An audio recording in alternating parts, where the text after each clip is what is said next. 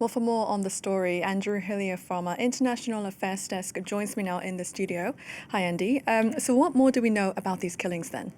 Well, on Thursday, government forces launched a crackdown on militants linked to former Syrian ousted President Bashar al-Assad. This crackdown took place in the Alawite heartlands. This is the coastal region of Syria that you can see on your screen there. This is where Syria's Alawites are concentrated, in particular in those two regions of Latakia and Tartus. So Syria's Alawites representing about 10% of the population. Now, Syria's ruling authorities called this a budding insurgency, but the Syrian Observatory for Human Rights, which is a leading war monitor, says that more than 300 people have been killed in violence since Thursday, and they say that includes women and children. There have also been accusations of extrajudicial killings. Now, we have not been able to independently verify those figures. Today, the situation is reportedly calm in those two cities, Latakia and Tartus, although there have been reports of fighting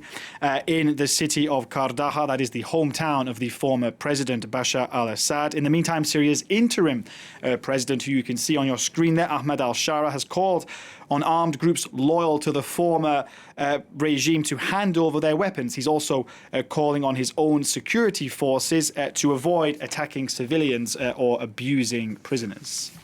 And how are these killings then adding to the challenges faced by the new government? Because they're facing quite a lot of difficulties already, isn't it?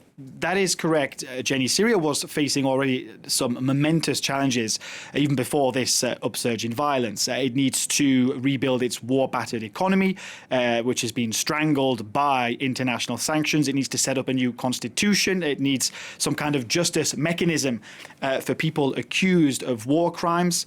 Just a couple of weeks ago, the Syrian National Dialogue Conference was held in Damascus. That was supposed to address some of those issues, and those are just the internal challenges. What about the external threats, the external challenges? Well, one of those external challenges is Israel. Now, Israel in the last few weeks has demanded the complete demilitarization of all areas south of the capital, Damascus. Now, Israel has repeatedly bombed Syrian military targets, crippling the current government's military capability. So that's one issue. And also, after Assad's fall, Israeli forces moved into Syrian territory adjacent to the annexed Golan Heights, and the Israelis say they're planning to stay there indefinitely. So that's triggered protests.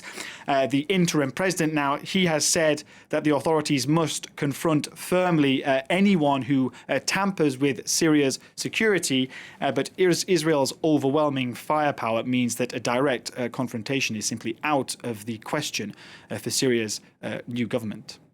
All right, thank you very much, Andy. That's Andy from our International Affairs Desk.